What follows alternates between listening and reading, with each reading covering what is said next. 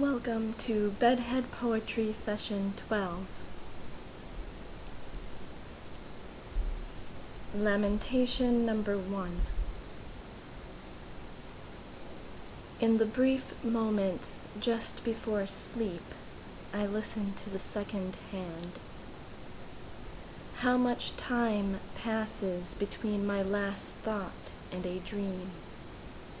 I had hoped to stare at the ceiling long enough to see it move. Something should have changed between ignorance and truth. Dear friend, I left in turmoil. I entered through a heavy door and walked down several narrow hallways, ways through which I hauled my weight. I felt I should have felt more than I could feel, lamenting an inevitable loss. Whoever shall pass away, I will read the lamentations of friends who for their own loss grieve.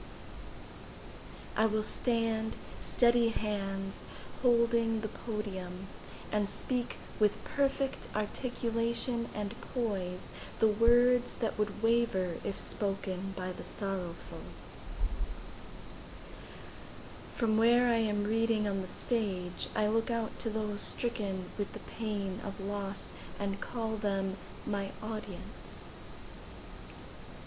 Are they aware, in the midst of their teardrops, their fond and fractured memories, of the perfect placement of each rise and fall in my voice? I imagined more of a reaction to my presence. I imagined music playing to the words I was saying. Each syllable would have carried so much more meaning spoken to its corresponding chord, or hanging on a pause just before the final note. Something should have changed in the air between hum and hearing. Humbled by the sound of a bell, all the tears that fell and flooded the aisle between two sets of pews, I kneel. No, now that no one can see me, now that I am hiding behind a podium, will silence sound like music in a minor key? Dear friend, I left in turmoil. I ran alongside train tracks and jumped into the first open car. I found a stranger covered with rags and tattered blankets.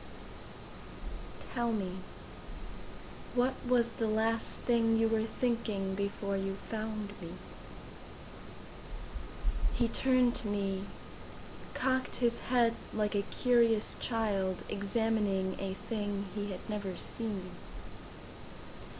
All the tears that fell flooded the track, derailed the train, and I swam in saline until I reached a clock tower. I listened to the second hand and heard my own voice speaking back to me through the round glass face. An echo of lamentations. How much time passes between word and wound? I felt I should have felt something. Something should have changed between time and eternity.